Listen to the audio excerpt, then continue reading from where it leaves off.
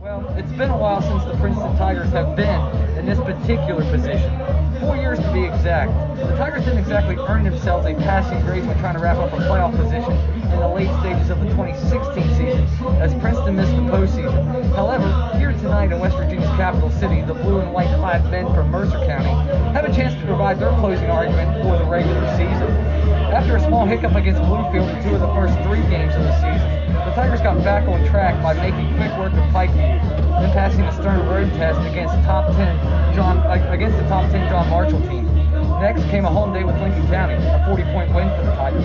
The stumbling block that Princeton had faced in years past proved to be a breeze in last week's lopsided win against Green Prairies.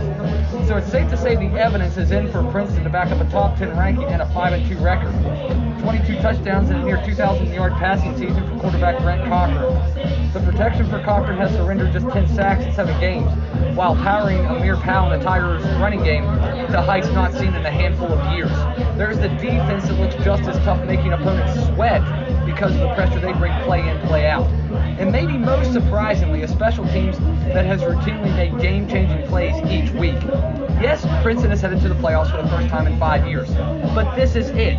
A chance for the Tigers to prove they belong with some of the most tradition-rich programs in the state. The Tigers have made their way into the Kanawha Valley to take on a George Washington team that desperately needs a good argument or, showing in its final game to solidify a spot in the Class AAA playoff at the 38-yard line.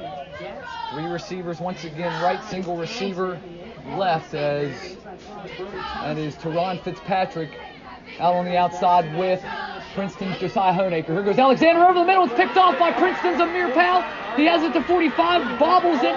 He's still on his feet as he reaches towards the 35-yard line. And the first game-changing play of the night comes from Princeton's Amir Powell. His first interception of the year. He runs it back about 10 yards.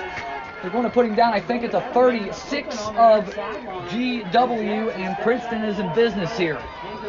That was solely on the shoulders of R.T. Alexander. He threw right into double coverage, and Amir was standing in front of his receiver. So 3rd down and long, 12 yards to go. Princeton goes 2 receivers to each side of the formation. Johnson will center over the ball for Princeton. Cochran's ready to go, has a snap, drops straight back. He's got some pressure in his face. He'll send it over the middle, and this time it's Josiah Honaker. He makes the catch at GW 45, 40, 35, 30. Foot race down the sideline. He'll be swung out of bounds by GW's R.T. Alexander, but a big-time play for Princeton as they mark him down at the 26-yard line, and it'll be a gain of 26 on the play. Finally, Princeton converts an explosive play, 26-yard pitch and catch right there. 3 receivers left, single receiver right, it's Honaker. 4th down and 5, beg your pardon. Cochran drops back, he's got Parsons. Ethan will make the catch, he gets his feet down inside the back left pylon. It's a touchdown for Princeton, 21-yard fade route to the back left pylon, and the Tigers are the first to draw blood here tonight, the 6:15 mark of the second quarter. Nothing fancy there. Throw it up and tell your guy to go get it. Yeah, it was the same play 2 times in a row, so that's just a fantastic football throw for Cochran and trusting his senior receiver to go get the ball. Triple receivers left, single receiver gets right. 2nd down and goal. Alexander has the snap. He'll take a deep drop all the way back to the 30. Now he's in trouble, and Justin Young will sack him all the way back at the 29-yard line. That's the danger of taking those 10 or 12-yard drops like Alexander does. He loses 15 on the Justin Young sack. Young, his first sack of the season last week. He comes up with another one here tonight, and Princeton's defense has GW in 3rd and goal from the 29-yard line. As we talked about it in the first half, Princeton's red zone defense just outstanding. Once again, Ray in the backfield along with Wright. Ray to the left. Wright is to the right of Alexander. Snap is back on 2nd down and 4. This time they change it up. Give to Michael Reyes across midfield. The ball comes out, and Princeton has the ball. Princeton had the ball. Michael Ray ran into one of his own guys, and it's Sam Nelson with his 2nd fumble recovery of the year. The 2nd turnover of the game is on GW.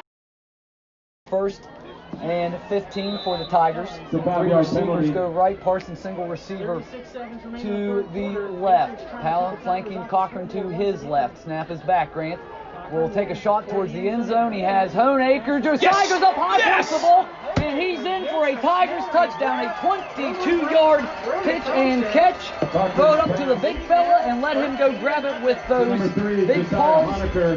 Parsons had his 10th touchdown catch of the season earlier tonight, and Josiah says, I'll match you, big guy.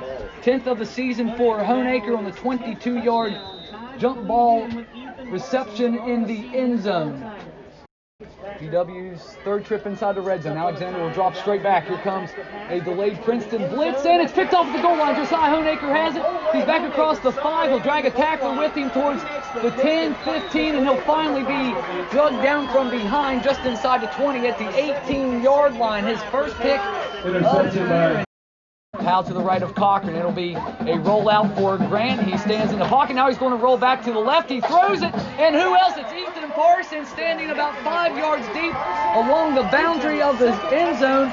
And Parsons is in for the second time tonight, the 11th time on the year. Cochran now has touchdown throw number 25. And Princeton can begin to salt this one away. 20-0 pending the KCGSO extra point. Princeton will take a knee with 34 seconds left to go. They won't have to take another snap in the game, as the play clock just now starts 10 seconds behind the game clock. And Princeton, ladies and gentlemen, the Tigers will win 5 straight games in a season for the first time in over a decade. 2009, the last time that happened for the Tigers of Princeton Senior High School. The Tigers are going to be guaranteed a top 10 seed in the upcoming Class AAA playoffs.